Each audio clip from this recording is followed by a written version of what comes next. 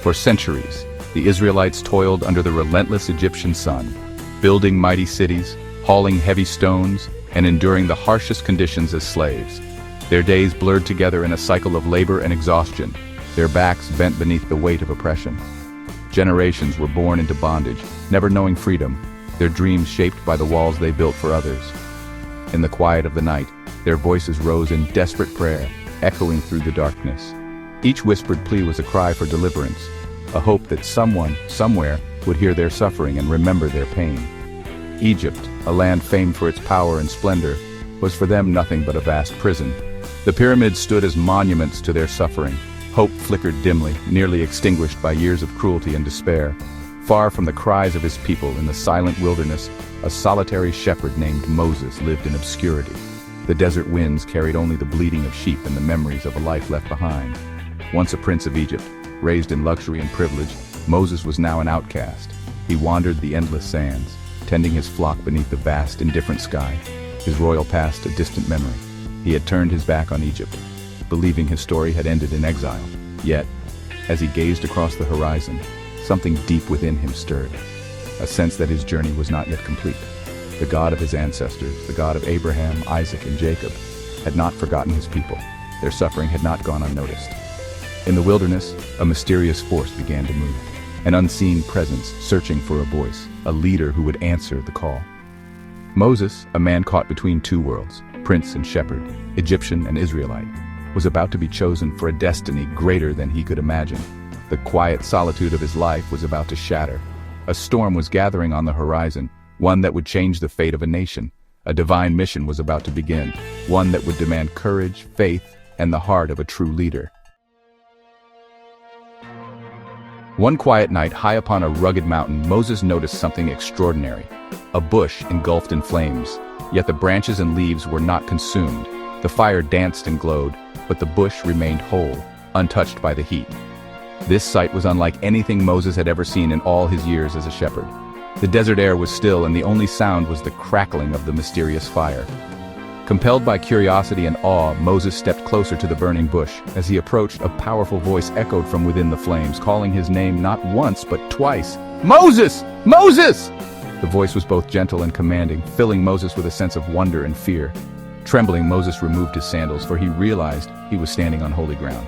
The voice revealed itself as the God of his ancestors, Abraham, Isaac, and Jacob. God spoke with compassion, saying, "I have seen the suffering of my people in Egypt. I have heard their cries and know their pain."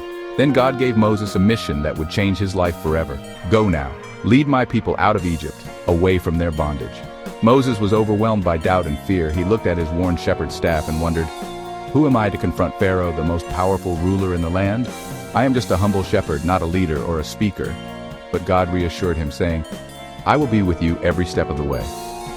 To strengthen Moses' faith, God gave him a miraculous sign and promised divine power.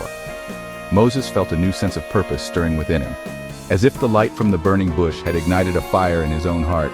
Though he was once a reluctant shepherd, Moses was now chosen to be God's messenger. With courage and determination, he set out across the desert, staff in hand, ready to face Pharaoh and begin the journey that would lead his people to freedom. Moses returned to Egypt, entering Pharaoh's palace. He stood before the king, demanding, "Let my people go." Pharaoh scoffed. He knew no God but himself. He refused, making the Israelites' labor even harsher. The people's hope turned to anger. They blamed Moses. Moses, burdened by doubt, turned to God. God replied, "Now you will see what I will do to Pharaoh." This was not just a battle of wills, but a contest between the gods of Egypt and the one true God.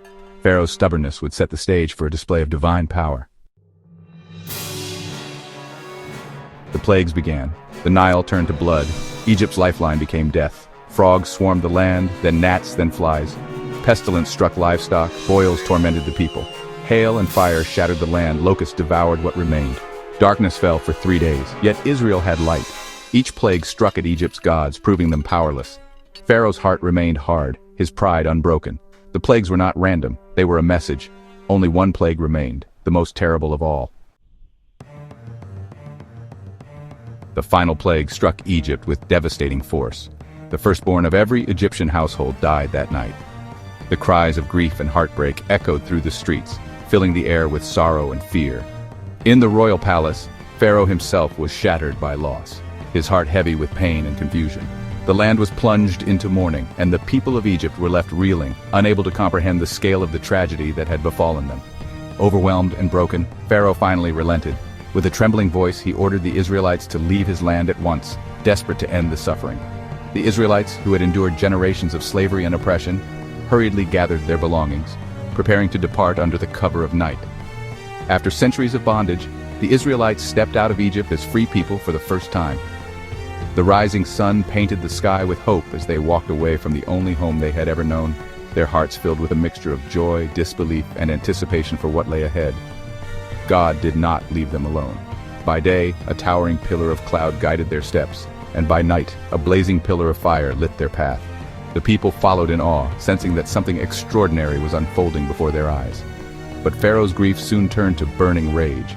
Regretting his decision, he assembled his mighty army and set out in pursuit, determined to bring the Israelites back to Egypt. The thunder of chariots shook the desert as the Egyptian forces closed in. The Israelites soon found themselves trapped, hemmed in by the vast, impassable sea ahead and Pharaoh's army bearing down from behind. Panic and despair swept through the camp as they realized there was nowhere left to run, and many cried out in fear, doubting their escape. But Moses stood firm, his faith unwavering. He called out to the people, "Do not be afraid. Stand firm and you will see the deliverance the Lord will bring you today. The Lord will fight for you. You need only to be still." With courage, Moses raised his staff over the waters. Suddenly, a powerful wind began to blow, and the sea miraculously parted, forming towering walls of water on either side and revealing a dry path through the depths. The Israelites crossed the sea on dry ground, walking between walls of water that rose high above them. Each step was a testament to their faith and the incredible power guiding them. Pharaoh's army followed in hot pursuit, but as the last Israelite reached safety, the waters crashed back into place, swallowing the Egyptian chariots and soldiers. Not one of them survived. On the far shore, the Israelites erupted in celebration.